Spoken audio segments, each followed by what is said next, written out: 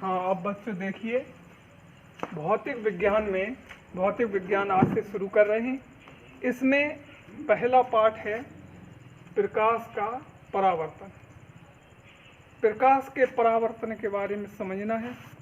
वास्तव में नाम पहले स्पष्ट है, प्रकाश। प्रकाश क्या चीज़ होती है, प्रकाश के बारे में समझने हैं। वास्तव में प्रकाश एक ऐसा भौतिक साधन है जिसकी सहायता से हम दूसरी वस्तुओं को देख सकते हैं, परंतु स्वयं दिखाई नहीं देता है। प्रकाश अदृश्य होता है, ये केवल दूसरी वस्तुओं के देखने के प्रयोग में लाते हैं। ठीक है, तो पहले प्रकाश की हम डेफिनेशन लिखते हैं।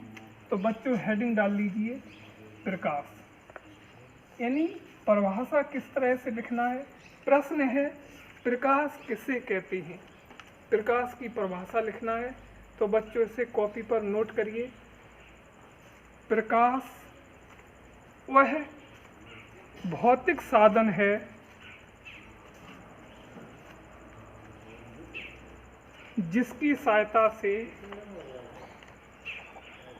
हम दूसरी वस्तुओं को देख सकते हैं। बस प्रकाश की एक डेफिनेशन है। अब इसके बाद आते हैं प्रकाश के गुण। हेडिंग डाल लीजिए प्रकाश के गुण। प्रकाश के कुछ गुण भी होते हैं या लक्षण होते हैं। ठीक है, प्रकाश के लक्षणों में देखिएगा, पहली बात ये है, पहला गुण है प्रकाश एक सीधी रेखा में चलता है। दूसरा लक्षण है प्रकाश चुंबकीय तरंगों के साथ भी चलता है। तीसरा लक्षण है प्रकाश की चाल 3 गुणे 10⁸ मीटर पर सेकंड होती है। प्रकाश की चाल जो है 3 गुणे 10⁸ मीटर पर सेकंड होती है। और प्रकाश विद्युत चुंबकीय तरंगों के साथ भी चलता है। अब प्रूफ ये करते हैं प्रकाश वास्तव में सीधी रेखा में किस तरह से चलता है, ये तुम्हें शो करने हैं किस तरह शो करते हैं। तो देखिए प्रैक्टिकली तौर पे है, मान लीजिए काठ के 3 बोर्ड लें, इस तरह से 3 बोर्ड लेते हैं। तीनों बोर्डों में क्या करते हैं, जस्ट एक सीध में छिद्र कर देते हैं। तीनों बोर्डों पर हम एक सीध में छिद्र कर देते हैं इस तरह से। अब क्या करते हैं, छिद्र करने के बाद हम जो है छिद्र करने के बाद ये बोर्ड हम एक टेबल पर रखते हैं और एक सीध में तीनों छिद्र कर लेते हैं।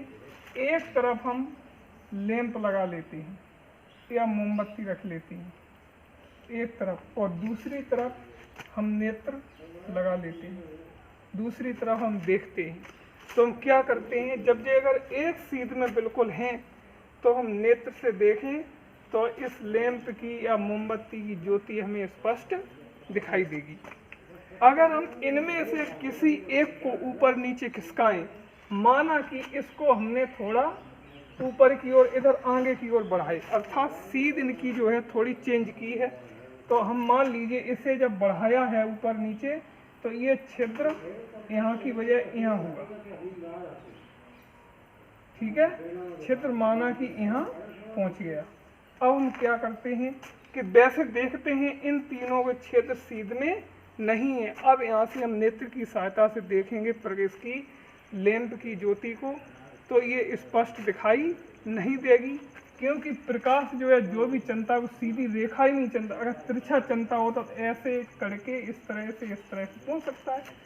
लेकिन प्रकाश की एक क्लियर डेफिनेशन जो होती है कि प्रकाश एक सीधी रेखा में चलता है। दूसरी कंडीशन ये है, प्रकाश ये रेखा की जांच हुई, यानी प्रकाश सीधी रेखा में चलता है। ये प्रैक्टिकल करके सबने देख लिया। अब बात आई है प्रकाश जो है विद्युत चुंबकीय तरंगों के साथ भी चलता है। कभी कभी तुमने देखा है रिमोट देखा है, रिमोट जैसे ही हम बटन ओपन करते हैं तैसे अपने आप एलसीडी है या टीवी है अपने आप स्टार्ट हो जाती है, कोई तार का बीच में कनेक्शन नहीं होता है। इससे निष्कर्ष निकलता है प्रकाश विद्युत चुम्बकीय तरंगों के साथ भी चलता है। या पहले मोबाइल चलते थे, मोबाइल के पीछे एक छोटी सी चमकनी टाइप की एक बोलते हैं चिलकना, वो लगाते थे। उससे निष्कर्ष ये निकलता था जैसे ही फोन आने वाला है तो पहले ही चमकने लगता है। तो इससे निष्कर्ष निकलता प्रकाश विद्युत चुम्बकीय तरंगों के साथ भी चलता है। और तीसरा है प्रकाश की चाल 3 × 10⁸ मीटर पर सेकेंड है, लेकिन निर्वात में। किसमें है? निर्वात में। निर्वात में जब प्रकाश की हमने स्पीड नापी है तो 3 × 10⁸ मीटर पर सेकेंड। 1 सेकेंड में प्रकाश की चाल है 3 × 10⁸ निर्वात में। अब बात आई है निर्वात क्या होता है। अब निर्वात के बारे में थोड़ा समझने है। निर्वात ऐसा स्थान जहाँ पर कोई बल काम न करे, उस स्थान को निर्वात कहते हैं। जैसे अंतरिक्ष, अंतरिक्ष में जब हम जाते हैं तो वहाँ पर कोई बल काम नहीं करता, हर वस्तु भारहीनता की अवस्था में हो जाती है।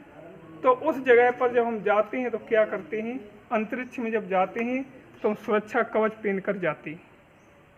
इससे सुरक्षा कवच क्यों पहनते हैं? क्योंकि वहाँ पे बल जो है बिल्कुल शून्य होगा, कोई बल काम नहीं करेगा।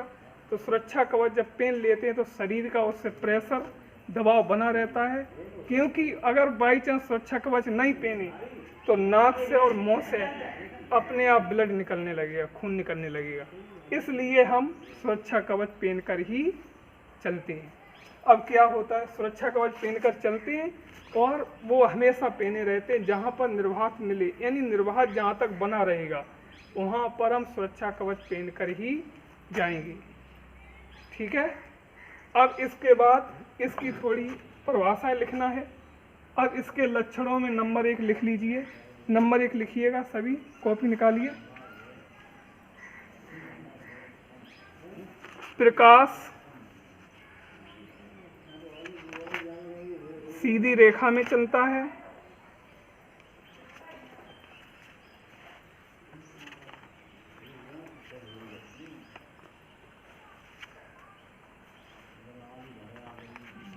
दूसरा नंबर लिखिएगा,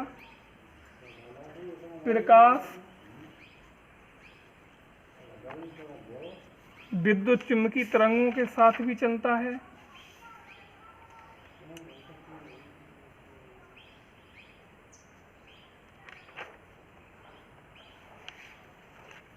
प्रकाश की, अगला नंबर, प्रकाश की निर्वात में चाल 3 × 10⁸ मीटर पर सेकेंड होती है। ठीक है, लिख लिया। अब ये क्वेश्चन कंप्लीट है। अब इसके बाद अगला क्वेश्चन है, दीप्त वस्तुएं किसे कहती हैं? दीप्त वस्तुएं किसे कहती हैं या प्रदीप्त वस्तुएं किसे कहती हैं? प्रश्न ये हंगला, दीप्त वस्तुएं किसे कहती हैं? तो नाम से ही स्पष्ट है कि दीप्त माने जिनमें प्रकाश हो गए। जिन वस्तुओं में प्रकाश हो गए उन्हें हम दीप्त वस्तुएं कहते हैं। जैसे हम कहें सूरज है, जलता हुआ बल्ब है, लैंप है इत्यादि। ये सभी वस्तुएं जो है दीप्त के अंतर्गत आती हैं। इसकी डेफिनेशन लिख लीजिए। वे वस्तुएं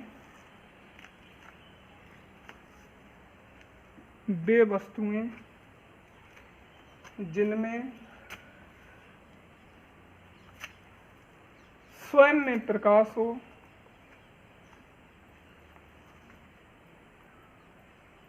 दीप्त वस्तुएं कहलाती हैं।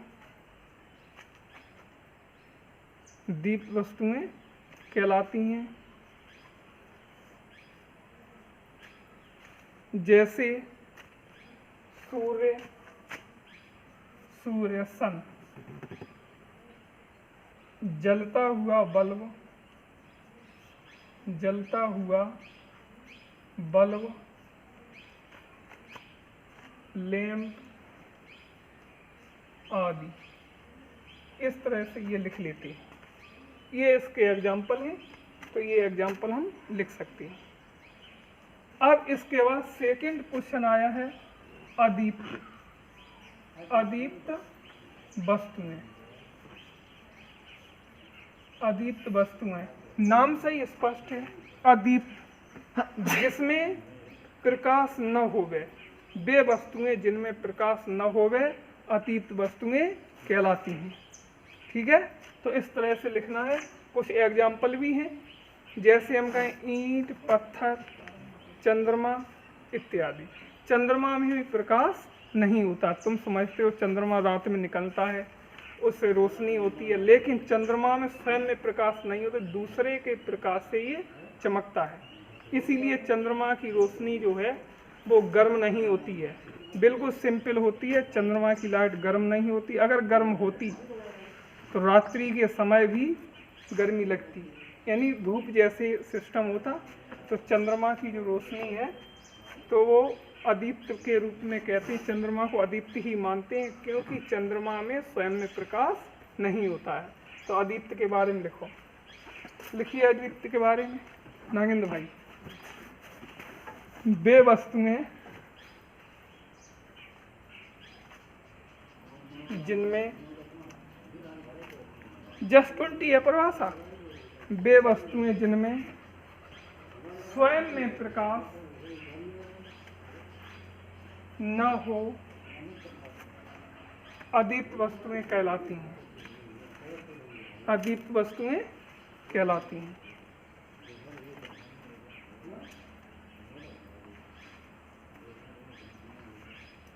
जैसे जैसे लिख लेते हैं, पहले चंद्रमा लिख लीजिए, चंद्रमा, ठीक है, ईंट, पत्थर, और भी लिख सकते हैं, आगे आदि लिख दीजिए। इस तरह के जो एग्जाम्पल हैं, ये दूसरे के प्रकाश से ही चमकती है। और एक विशेष बात और बताएं, ये डेफिनेशन तुम्हारी पूरी हुई।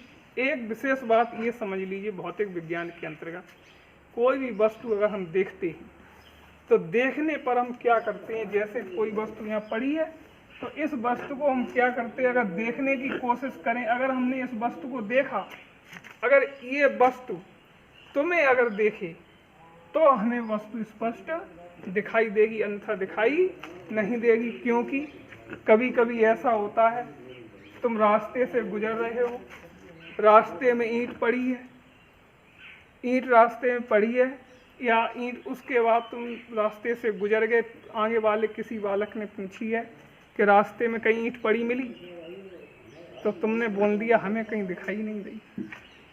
तो इसका निष्कर्ष ये है, हमने ईंट को तो देखा है परंतु ईंट ने हमें नहीं देखा। अब बात तुम कहो ईंट की तो कौन नेत्र नहीं होते, तो ईंट कैसे देख लिए, लेकिन ईंट देखती है।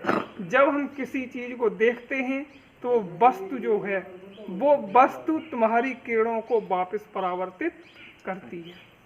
जब किरणें परावर्तित हो जाएंगी तभी हमें वो वस्तु स्पष्ट दिखाई देगी।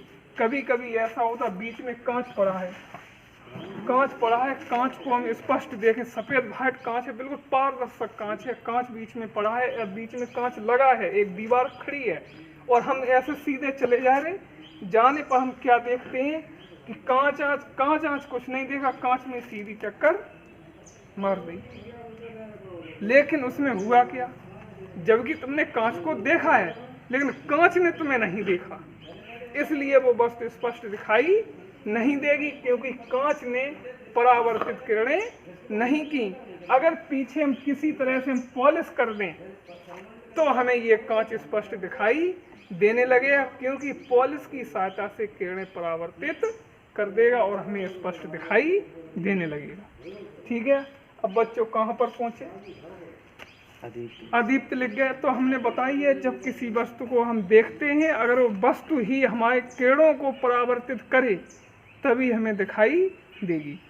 अब चूंकि पाठ हम चला रहे प्रकाश का परावर्तन। परावर्तन कब होता है? जब कांच की एक सतह पर पॉलिश हो और किरणों को तुरंत वो वापस करे, तभी उसको हम परावर्तन कहते हैं। जैसे मान लीजिए ये समतल दर्पण है। कभी कभी तुम लोग क्या करते हो, कभी कभी क्या करते हो कि कहते हो घरों पर गए कि हमें शीशा दो। शीशा क्या होता है? शीशा के बारे में समझने है। एक शीशा है और एक दर्पण है, इन दोनों में डिफरेंस है। शीशा है जिसे हम पीवी लेड कहते हैं, ये विस्फोटक पदार्थ के अंतर्गत आता है, ठीक है। और ये दर्पण जो होता है, ये दर्पण को मिरर बोलते हैं, अंग्रेजी में मिरर बोलते हैं। इससे हम चेहरा देखते हैं, ये किरणों को परावर्तित करता है। ये शीशा किरणों को परावर्तित चेहरा देखने के काम नहीं आता है। तो किरणों को परावर्तित करेगा लेकिन इससे चेहरा हम नहीं देख सकते। चेहरा हम देखेंगे दर्पण से, क्योंकि इसकी एक सतह पर पॉलिश होती है। एक होता है कांच गिलास। तो कांच होता है वो अलग चीज है, जिसकी किसी भी सतह पर पॉलिश नहीं होती है उसे हम कांच बोलते हैं। जिसकी एक सतह पर पॉलिश हो उसे हम दर्पण बोलते हैं। और ये शीशा कोई एक रासायनिक विस्फोटक पदार्थ है, ठीक है। ये डिफरेंस समझे तो सही बच्चे कल से दर्पण बोले या मिरर बोले, शीशा कहना छोड़ दें, ठीक है। और मान लीजिए कोई समतल दर्पण है। समतल दर्पण अगर ये है तो इसकी एक सतह पर पॉलिश होती है। तो क्या करते हैं, जब अपना चेहरा हम देखते हैं, जैसे इस पर हमने चेहरा देखा, नेत्र की किरणें इस पर पड़ी, तो इसने क्या किया, इसने किरणें तुरंत वापस कर दें। इसीलिए तुम्हारा प्रतिबिंब यानी परछाई उसमें बनी हुई दिखाई देती है, ठीक है। अब बात आई है दर्पण कितने प्रकार के हैं। अब ये साफ कर दें, उसके बाद देखते हैं दर्पणों के प्रकार। क्योंकि दर्पण वाले में परावर्तन चल रहा है, तो परावर्तन में दर्पण से ही संबंधित सब कुछ होगा। जैसे दर्पण के प्रकार, काइंड्स ऑफ मिरर। दर्पण के प्रकार यानी दर्पण के कितने प्रकार के दर्पण होते हैं। दर्पण वैसे तो मुख्य रूप से 3 प्रकार के हुए। एक समतल दर्पण, एक अवतल गोली दर्पण, एक उत्तल दर्पण। 3 प्रकार की, लेकिन अध्ययन हम सिर्फ 2 प्रकार के करते हैं। एक नंबर है उत्तल दर्पण। उत्तल दर्पण अब नाम से ही स्पष्ट है, उत्तल दर्पण, ठीक है। ऐसा दर्पण जिसकी दबी हुई सतह पर पॉलिश हो। किस सतह पर पॉलिश हो? दबी हुई सतह पर, उसे हम उत्तल दर्पण कहते हैं। जैसे कि ये गोली दर्पण है, इस गोली दर्पण की ये दबी हुई सतह है। इस दबी हुई सतह पर अगर हम पॉलिश कर देते हैं, आगे की तरफ से हम देखते हैं, तो इसे हम बोल देते हैं उत्तल दर्पण, ठीक है। क्योंकि अगर ये गोली है तो इसे गोली करके बोले, ठीक है। तो उत्तल दर्पण की बच्चों डेफिनेशन लिखिएगा। अमन भाई डेफिनेशन लिखिए। देखो, वह गोलीय दर्पण,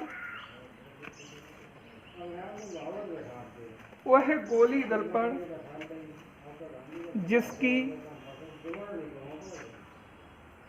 दबी हुई सतह पर पॉलिश हो,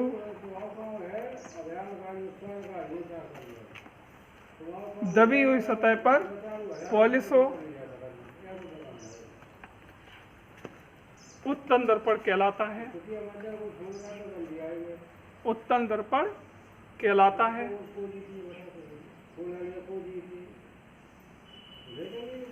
उत्तल दर्पण कहलाता है। अब ये फिगर बना लीजिए, इसी के नीचे ये चित्र बना लें, तुरंत नोट कर लें फटाफट। ये चित्र नोट कर लीजिए, इसके नीचे 1 मिनट लिखो दीजिए उत्तल दर्पण। नागेंद्र भाई नीचे लिख दीजिए उत्तल दर्पण। अब सेकंड प्रकार जो है अवतल दर्पण। अवतल दर्पण, अवतल दर्पण में तुम्हें देखने हैं किस तरह से करते हैं। नाम से ही स्पष्ट है अवतल, यानी जिसकी उभरी हुई सतह पर पॉलिश हो। किस पर हो? उभरी हुई सतह। जिसकी उभरी हुई सतह पर अगर पॉलिश होती है उसे हम अवतल दर्पण कहते हैं। क्योंकि गोली है तो गोली करके जैसे इस तरह से हम बना लेते हैं, और जो उभरी हुई सतह पर है इस पे हम पॉलिश कर देते हैं, इसे अवतल गोली दर्पण कहते हैं। ये इसकी एक्सिस है, यानी अक्ष है, ठीक है। और इसके जस्ट बीचों बीच जो भी बिंदु होगा पोल होगा, ध्रुव होगा, ठीक है। तो इसकी डेफिनेशन हम किस तरह से याद रखते हैं वो जरा नोट कर लीजिए। बच्चे लिखिए, हेडिंग डाल लीजिए अवतल दर्पण। देखिए, वह गोली दर्पण, वह गोली दर्पण जिसकी उभरी हुई सतह पर, उभरी हुई सतह पर पॉलिश हो, अवतल गोली दर्पण कहलाता है। अवतल गोली दर्पण कहलाता है। ये चित्र बना लीजिए और ये फिगर बना लीजिए और नोट कर लीजिए।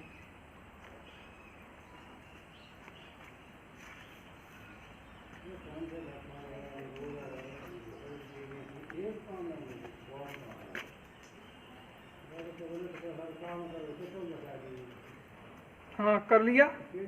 अब बच्चों देखिएगा, अब जितने भी क्वेश्चन ये आज लिखाए हैं वो क्वेश्चन सही बच्चे याद कर लें और कल पूछेंगे इन क्वेश्चनों को। वो सभी क्वेश्चन याद कर लें। इसके बाद जो आगे क्वेश्चन हैं वो कल पढ़ाएंगे। थैंक यू, धन्यवाद।